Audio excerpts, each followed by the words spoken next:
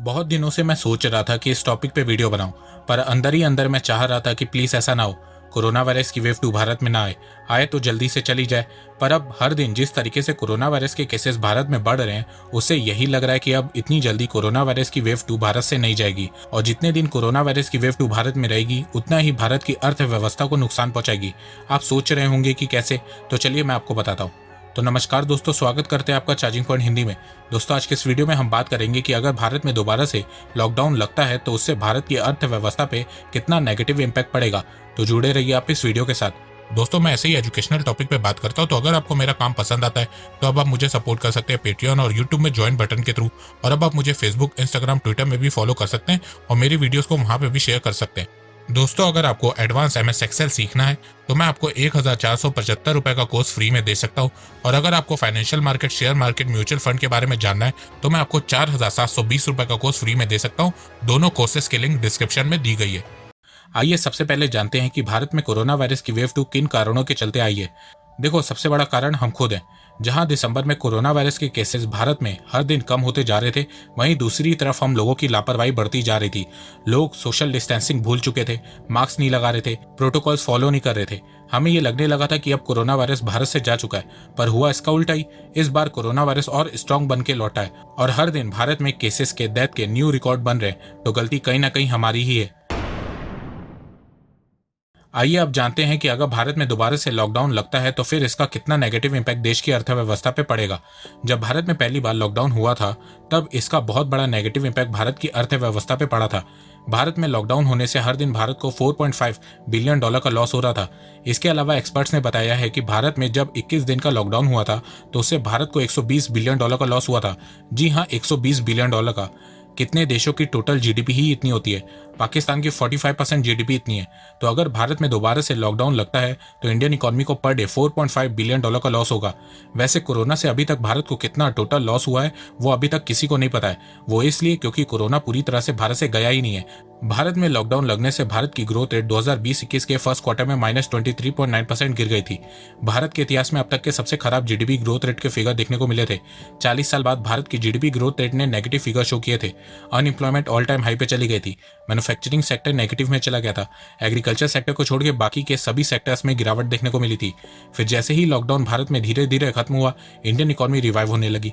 जहां 2020-21 के क्वार्टर 1 में भारत की जीडीपी ग्रोथ रेट -23.9% थी, वहीं क्वार्टर 2 में ग्रोथ रेट -7.5% पे आ गई थी और क्वार्टर 3 में ग्रोथ रेट 0.4% पे आ गई। भारत की ग्रोथ रेट क्वार्टर 3 में वापस से पॉजिटिव में आ गई थी। इंडियन इकोनॉमी में वी शेप रिकवरी देखने को मिली। धीरे धीरे कुछ सेक्टर्स रिवाइव होने लगे, पर लॉकडाउन के कारण कुछ सेक्टर में गिरावट इतनी ज्यादा हो गई थी कि वो अभी तक रिवाइव नहीं कर पा रहे, जैसे कि restaurant, hotel, travel and tourism sector. अच्छा, कुछ लोग बोलते हैं कि इंडियन इकोनॉमी अपने आप रिवाइव हो गई, अगर भारत सरकार कुछ नहीं करती तो भी इंडियन इकोनॉमी रिकवर कर जाती। तो देखो, ऐसा नहीं है। जिसको भी इकोनॉमिक्स की थोड़ी सी भी नॉलेज होगी उसे ये पता होगा कि बिना पॉलिसीज में चेंजेस किए या न्यू पॉलिसी को इंट्रोड्यूस किए ना ही किसी देश की ग्रोथ रेट बढ़ती है और ना ही पेंडेमिक के बाद रिवाइव होती है। भारत सरकार ने भी यही किया। बहुत से रिलीफ पैकेजेस अनाउंस किए, बहुत से रिफॉर्म्स में चेंजेस किए, एफडीआई की पॉलिसी में चेंजेस किए, 13 सेक्टर्स में पीएलआई स्कीम लॉन्च की जिससे देश में मैन्युफैक्चरिंग सेक्टर को बढ़ाया जा सके। जिसको नहीं पता पीएलआई स्कीम क्या है, आप यहाँ पे क्लिक करके देख सकते हैं और लिंक डिस्क्रिप्शन में भी दी गई है। इसके अलावा भारत सरकार ने बहुत से पेंडिंग रेलवे और इंफ्रास्ट्रक्चर प्रोजेक्ट को कंप्लीट किया। इसके अलावा बजट में हेल्थ केयर सेक्टर पे ज्यादा फोकस किया। इसके अलावा और भी बहुत से स्टेप भारत सरकार ने इंडियन इकोनॉमी को तेजी से रिवाइव करने के लिए लिए। पर अगर आज की बात करें तो हम फिर से वही एक साल पहले वाली सिचुएशन में वापस से आ गए हैं। और ये कहना गलत नहीं होगा कि इस बार सिचुएशन और भी ज्यादा खराब है, क्योंकि वेव 2 में नंबर ऑफ केसेस पिछले साल के मुकाबले ज्यादा आ रहे हैं। तो इस सिचुएशन को देख के एक सवाल हमारे दिमाग में उठता है कि क्या भारत में दोबारा से लॉकडाउन लग सकता है, क्योंकि महाराष्ट्र में 14 दिनों के लिए धारा 144 लगा दी गई है। दिल्ली में वीकेंड कर्फ्यू लगा दिया गया है। यूपी के 10 डिस्ट्रिक्ट्स में भी नाइट कर्फ्यू लगा दिया गया है। तो देखो, अगर इन स्टेप्स के बावजूद भारत में ऐसे ही केसेस बढ़ते जाएंगे तो भारत सरकार के पास दोबारा से लॉकडाउन लगाने के अलावा और कोई ऑप्शन नहीं रहेगा, क्योंकि फिर से हॉस्पिटल में बेड्स नहीं मिल रहे हैं, ऑक्सीजन की कमी है, वैक्सीन की शॉर्टेज है। तो कोरोना के केसेस को कम करने के लिए भारत सरकार कम से कम 14 दिन का नेशनल लॉकडाउन लगा सकती है, या फिर अभी जैसे महाराष्ट्र में लॉकडाउन की जगह धारा 144 लगा दी गई है, ये भी भारत सरकार कर सकती है। जहां पे कोरोना के केसेस ज्यादा हैं वहां पे धारा 144 लगा सकती है। अब हम यहाँ पे एक सिनेरियो लेते हैं कि अगर भारत में सेकेंड लॉकडाउन लगता है तो फिर हालात क्या होंगे। देखो, सबसे पहले भारत की ग्रोथ रेट वापस से गिरने लगेगी क्योंकि बहुत से बिजनेसेस बंद हो जाएंगे, अनएम्प्लॉयमेंट बढ़ेगी, मैन्युफैक्चरिंग प्लांट्स कुछ समय के लिए बंद हो जाएंगे, वापस से मजदूर वाली प्रॉब्लम सामने आएगी, मैन्युफैक्चरिंग सेक्टर डाउन हो जाएगा, सर्विस सेक्टर डाउन हो जाएगा, सप्लाई चेन में प्रॉब्लम आएगी। और ये देखने को भी मिल रहा है। जैसे ही मार्च में कोरोना के केसेस बढ़ने लगे, वहीं भारत का मैन्युफैक्चरिंग पीएमआई 7 महीनों में सबसे लो पे चला गया। जहां फरवरी 2021 में मैन्युफैक्चरिंग पीएमआई 57.5 था, वहीं मार्च में ये 55.4 पे आ गया है। भारत में जितने दिन कोरोना की वेव 2 रहेगी, उतनी ही भारत की ग्रोथ रेट धीरे धीरे कम होती रहेगी।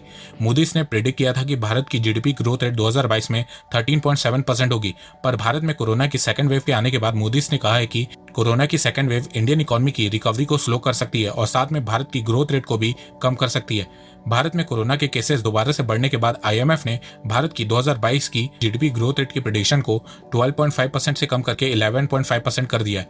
देखो, ये प्रेडिक्शन अभी की है। अगर भारत में लॉकडाउन होता है तो भारत की जीडीपी ग्रोथ रेट और कम हो सकती है। इसके अलावा जब महाराष्ट्र में लॉकडाउन की बात हो रही थी, तब उस समय CARE केयर रेटिंग्स की तरफ से एक रिपोर्ट सामने आई कि अगर महाराष्ट्र में दोबारा से 30 अप्रैल तक लॉकडाउन लगता है तो उससे इंडियन इकोनॉमी को 40,000 करोड़ रुपए तक का लॉस हो सकता है, लगभग $5.4 बिलियन। जीवीए ग्रोथ रेट में 0.32% का डेंट पड़ सकता है। इसके अलावा देखा गया कि महाराष्ट्र में लॉकडाउन के डर से इंडियन स्टॉक मार्केट 2% तक गिर गया।